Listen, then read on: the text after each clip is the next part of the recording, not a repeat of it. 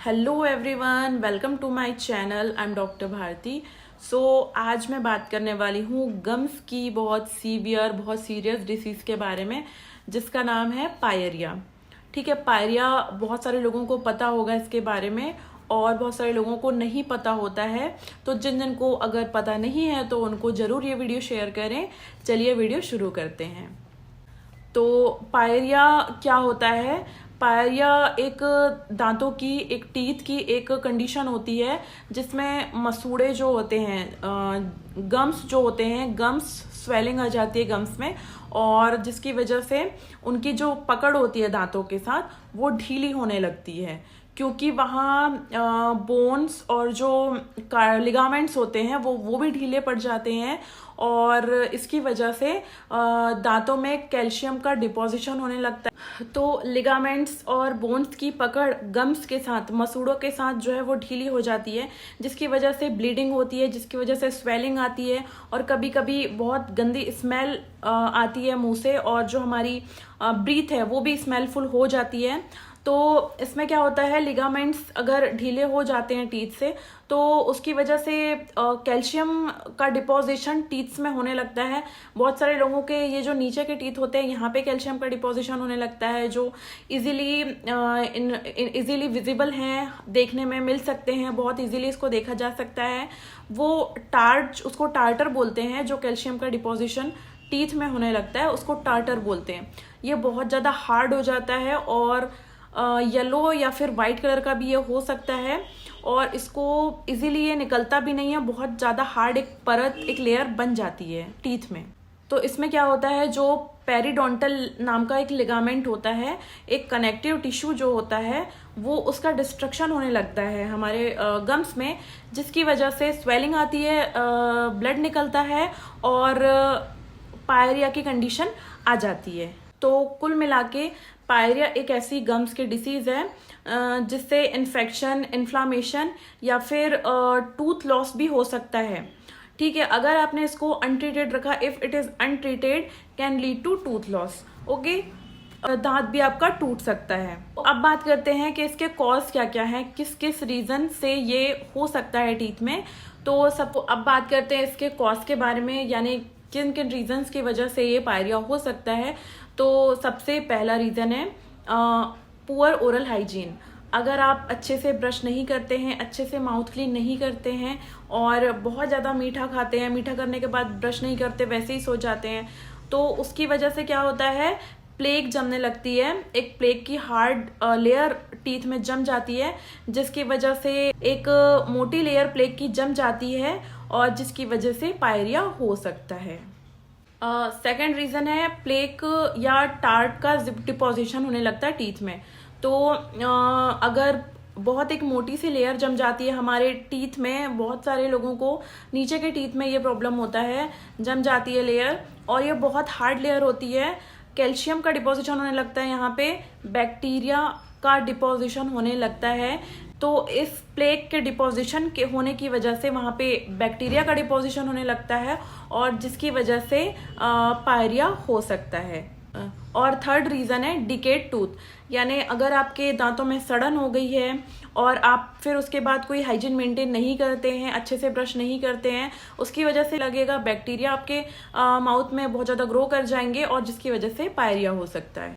अगला रीज़न है swelling and bleeding of gums. इसमें क्या होता है, टार्ट का डिपोजिशन होने लगता है, कैल्शियम और टार्ट का जो डिपोजिशन होने लगता है, उसकी वजह से दांतों में यहाँ पे हार्डनेस हो जाती है अगर, तो गम्स की जो बोन है और जो टिश्यूज़ हैं वो ढीले हो जाते हैं, वो डैमेज हो जाते हैं, जिसकी वजह से बहुत इजीली ब्लीडिंग हो सकती है, जिसकी वजह से गम्स इन्फ्लाम्ड हो जाते हैं। तो अगर आपने इसको अनट्रीटेड रखा, ब्लीडिंग हो रही है गम से, या फिर स्मेल आ रही है, तो अगर आपने इसको अनट्रीटेड रखा और टीथ पे इस तरह का कैल्शियम प्लेक का डिपोजिशन आपने देखने के बाद भी इसको अनट्रीटेड रखा, तो टूथ लॉस भी हो सकता है, अपने आप आपके दांत टूटने लग जाएंगे, और ये बहुत ही ज़्यादा एडवांस कंडीशन में होता है।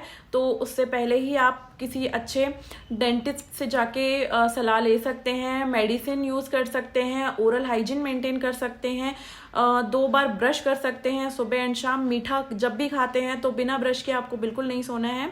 तो ये सारे मैनेजमेंट आप खुद से कर सकते हैं। इसके अलावा आप डॉक्टर से जाके सलाह लें, ज़रूर डॉक्टर से जाके आप सलाह लें। तो ये बात हुई पायरिया के रीजंस की कि क्यों होता है। अब बात करते हैं कि क्या क्या सिम्टम्स इसमें आते हैं। तो सबसे पहला सिम्टम्स इसमें आता है स्वेलिंग आ जाएगी गम्स में, बहुत ज़्यादा रेडनेस आ जाएगी, ब्लड निकलने लगेगा। जब भी आप ऐसे मसूड़ों में अपने हाथ लगता है, या किसी को तो नॉर्मल से ऐसे हाथ लगेगा बाहर से ही तो ब्लड निकलने लगता है। कभी भी आप कुछ खा रहे हैं, चीव कर रहे हैं, तो उसकी वजह से भी ब्लड निकलने लगेगा और आपको खुद अच्छा नहीं लगेगा, मुंह में आपका टेस्ट बिगड़ जाएगा। दूसरा है कि आपको कभी कभी पस डिस्चार्ज हो सकता है गम से, है ना। और चौथा है कि बैड ब्रीथ आती है, बहुत ज़्यादा बदबू आती है मुंह से, और बहुत गंदी बदबू होती है ये। और बहुत एडवांस कंडीशन में आपका टूथ लॉस हो सकता है, दांत टूट सकता है। और इसी के साथ साथ स्वेलिंग बनी होती है गम्स में, हमेशा स्वेलिंग बनी हुई होती है। और जब भी आप कभी ब्रश करते हैं या कुछ भी खाते पीते हैं तो बहुत इजीली ब्लड निकलने लगता है। और इसी के साथ गम्स जो है वो उनमें टेंडरनेस और सेंसिटिवनेस आ जाती है पायरिया की वजह से। तो ये सारे सिम्टम्स अगर आपको दिखाई दे रहे हैं तो आप अपना ट्रीटमेंट करवाइए, किसी अच्छे डेंटिस्ट के पास इसको दिखाइए। और अगर आपने इसको अनट्रीटेड रखा तो आपका टूथ लॉस होना पक्का है। ये सब टूथ लॉस ना हो इसके लिए आप अपने डेंटिस्ट से संपर्क करें, अच्छे से एडवाइस लें, और इन होम्योपैथिक मेडिसिन का आप यूज़ कर सकते हैं। साथ ही साथ बहुत अच्छे इसके रिजल्ट्स आपको मिलेंगे। तो चलिए अब होम्योपैथिक मेडिसिन की बात करते हैं। अगर आप इन मेडिसिन को लगभग 8 महीने या फिर 1 साल तक कंटिन्यू कर सकते हैं तो 80% चांसेस हैं कि आपका पायरिया पूरे तरीके से ठीक हो सकता है। तो चलिए मेडिसिन की तरफ चलते हैं। तो इसमें सबसे पहली मेडिसिन है क्रियोजोटम 30। इसको आपको कैसे लेना है, 2 बूंद सुबह 2 बूंद शाम आप डायरेक्ट जीभ में ले सकते हैं। दूसरी मेडिसिन का नाम है हेमामेलिस 30। इसको भी आपको सेम 2 बूंद सुबह एंड 2 बूंद शाम आपको जीभ में लेना है। खाली पेट लेंगे तो बहुत ही अच्छा रहेगा। और तीसरी मेडिसिन का नाम है मार्कसॉल 30। इसको भी सेम आपको 2 बूंद सुबह एंड 2 बूंद शाम को लेना है। अगर आपका बहुत ज़्यादा पायरिया है, बहुत ज़्यादा अगर आपकी कंडीशन गम्स की ख़राब है, तो आप इसको दिन में इन मेडिसिन को दिन में 3-3 बार करके ले सकते हैं। ये बिल्कुल सेफ है, इसका कोई साइड इफ़ेक्ट नहीं है। और इसी के साथ बायोकेमिक 18 SBL की एक बायोकेमिक 18 टैबलेट आती है जो पायरिया के लिए स्पेशली यूज़ की जाती है। तो इसको आप ले सकते हैं। 4 टैब्स आप दिन में 2 से 3 बार इस्तेमाल कर सकते हैं। जैसे 4 टैबलेट आपने सुबह खाई, उसको पानी के साथ ले सकते हैं, या फिर ऐसे ही आप इसको चूस के खा सकते हैं। तो इसको आपको दिन में 3 बार यूज़ करना है। टैबलेट को 4 टैबलेट सुबह, 4 टैबलेट दोपहर को, 4 टैबलेट शाम को। ठीक है, खाली पेट लेंगे तो बहुत ही अच्छा रहेगा। अगर बहुत आपकी गम्स की कंडीशन ख़राब है, बहुत ज़्यादा पायरिया, बहुत ज़्यादा ब्लीडिंग हो रही है, तो आप इसको जो मेडिसिन मैंने आपको दिन में 2 बार खाने के लिए बताई है उसको आप 3 बार भी रिपीट कर सकते हैं दिन में। और 1 महीने तक आप इसको कंटिन्यू करके देखिए, आपको बहुत अच्छे रिजल्ट्स मिलेंगे, क्योंकि ये मेडिसिन बहुत ज़्यादा इफेक्टिव है एंड ये पूरी तरीके से सेफ़ है, इसका कोई साइड इफ़ेक्ट नहीं है। तो शुरुआत में आपको इन मेडिसिन को 1 महीने तक कंटिन्यू करना है। वही 2 से 3 बार आप दिन में यूज़ कर सकते हैं अपनी सुविधा अनुसार। और एक और पाउडर के बारे में मैं आपको बताने वाली हूँ, जिससे आपको अपना ब्रश करना है, माउथ क्लीन करना है, या फिर उंगली से भी आप इस पाउडर को कर सकते हैं। जैसे पुराने ज़माने में एक कोलगेट का पाउडर आया करता था, उसको हम लोग उंगलियों से भी टीथ क्लीन कर लेते थे। उसी तरह आप उंगलियों से टीथ क्लीन कर सकते हैं, या फिर आप ब्रश का यूज़ कर सकते हैं, जैसा आपको सुटेबल हो। तो उस पाउडर का नाम है हेक्ला लावा पाउडर। ठीक, इनका यूज़ कर सकते हैं। इसको आपको 2 बार यूज़ करना है, 1 बार सुबह 1 बार शाम को। और ये बहुत ज़्यादा इफेक्टिव है। 1 ही महीने आप यूज़ करके देखेंगे, आपको इसके 1 महीने तक आपको यूज़ करने के बाद इसके इफेक्ट खुद नज़र आएंगे। तो आपको इस मेडिसिन को बंद नहीं करना है, आपको इसको 6 महीने, 7 महीने, 8 महीने तक, जब तक आपका पायरिया ठीक नहीं हो जाता आप इसको ले सकते हैं। ये पूरी तरीके से सेफ है, इफेक्टिव है और इसका कोई साइड इफेक्ट नहीं है और ये बहुत अच्छी मेडिसिन है। मैंने अपने कुछ पेशेंट्स को ये मेडिसिन दी और इसके रिजल्ट्स बहुत ज़्यादा अच्छे हैं। 6 से 8 महीने में उनका पायरिया बिल्कुल ठीक हो चुका है।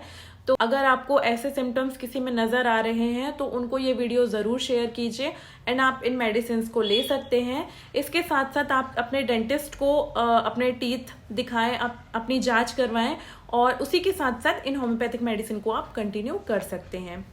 इसका कोई साइड इफ़ेक्ट नहीं है, ये सेफ़ है। Thank you.